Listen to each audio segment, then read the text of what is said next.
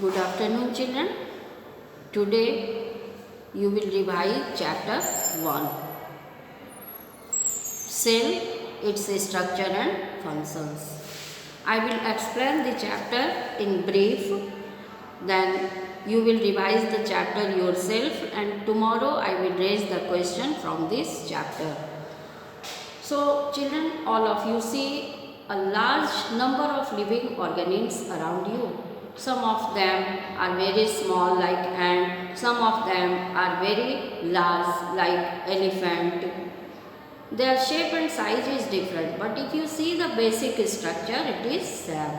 As this building is made up of bricks, in the similar way, the body of all plants, animals, human beings, microbes, they are made up of cell.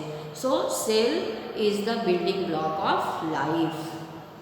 And all the basic functions are performed by the cell like nutrition, respiration, reproduction, development, etc. So, we can say that cell is the structural and functional unit of all living organisms. Cell was discovered by Robert Hooke in 1665 with the help of his self-designed microscope. Because these cells are very tiny structures, we cannot observe it by our naked eyes. So, it was discovered after the discovery of the microscope. Now, you will see that the cell is a Latin word which means little room.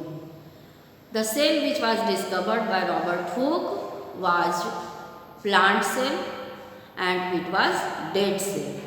Now you should know about the shape, size and function of the cell. The shape and size of the cell is variable. This shape may be spherical, polygonal, oval, etc. And size of the cell is also variable. The smallest cell is PPLO, pleuropneumonia-like organism, and the largest cell is ostrich egg. The shape and size of the cell depends upon the location and function of the cell. Now you will read about the different parts of the cell. There are mainly three parts of the cell.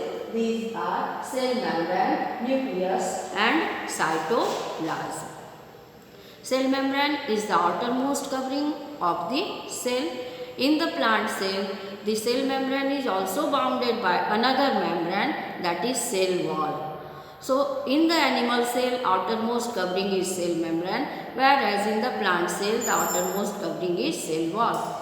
The function of the cell wall is it controls entry and exit of substances according to the requirement of the cell.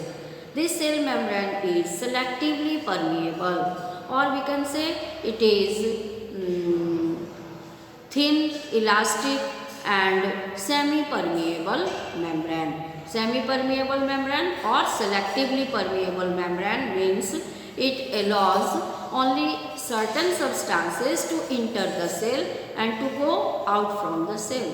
It controls entry and exit of substances according to the requirement of the cell.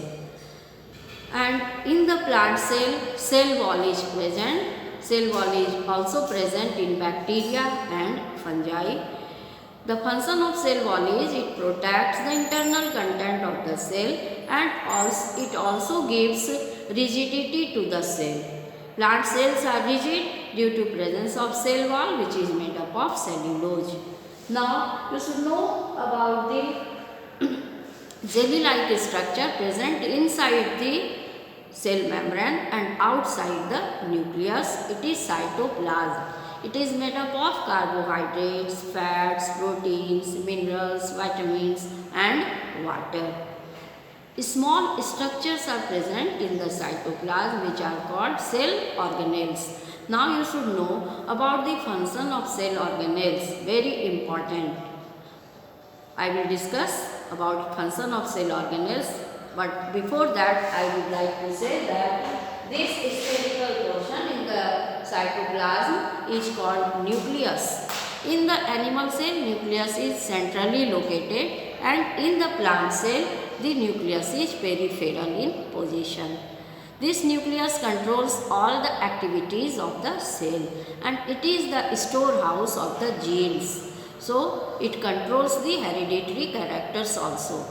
Now, we should know about the function of cell organelle. In the plant cell, plastids are present. These plastids are of three types: chloroplast, chromoplast and leucoplast. Chloroplast helps in manufacturing food because chlorophyll is present in this chloroplast that traps the solar energy and helps in photosynthesis. Then next is chromoplast. It gives color to fruits, flowers and vegetables. Then next one is leucoplast, and this leucoplast helps in the storage of oil, starch, etc. Now you should know about the mitochondria. Mitochondria are spherical or rod-shaped structure that are engaged in physiological activities. They help in releasing energy because they help in cellular respiration. So they release energy for various activities. Therefore, these mitochondria are called powerhouse of the cell. Then next cell organelle is endoplasmic reticulum. These are sac-like structures, and these mitochondria are also tube-like structures, and if there is presence of ribosome on the surface of it is endoplasmic reticulum. Mitochondria I have already discussed, it is endoplasmic reticulum, tube-like structures. This endoplasmic reticulum is of two types: rough endoplasmic reticulum and smooth endoplasmic reticulum. If the ribosomes are present on the surface of endoplasmic reticulum, it is called rough endoplasmic reticulum, and it helps in protein synthesis.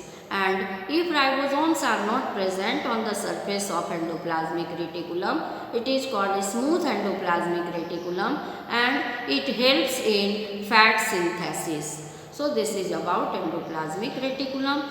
Next cell organelle is Golgi complex. These Golgi complex are sac-like structure which are stacked one above the other, and they help in processing and packaging of materials produced by the cell. So it is called storehouse of the cell. Children, you have to keep in mind that powerhouse of the cell is mitochondria and storehouse of the cell is Golgi complex. Now you should know about the vacuole. Vacuoles are the empty spaces, and it helps in storage of waste material and access water. These vacuoles are sometimes helpful in digestion of food also. Like in amoeba, food vacuole is present, and inside the food vacuole the food is digested. Now the next cell organelle is cilia and flagella. These are the small extensions of the cell membrane, and they help in locomotion and in collection of food. Locomotion means they help in movement from one place to another place. Like you have seen in Paramecium, cilia are present, in Euglena, flagella are present. Now, so children, you have seen next cell organelle is ribosome, that is the platform for protein synthesis. So you have read about all the cell organelles. Now you should know about the different levels of organization.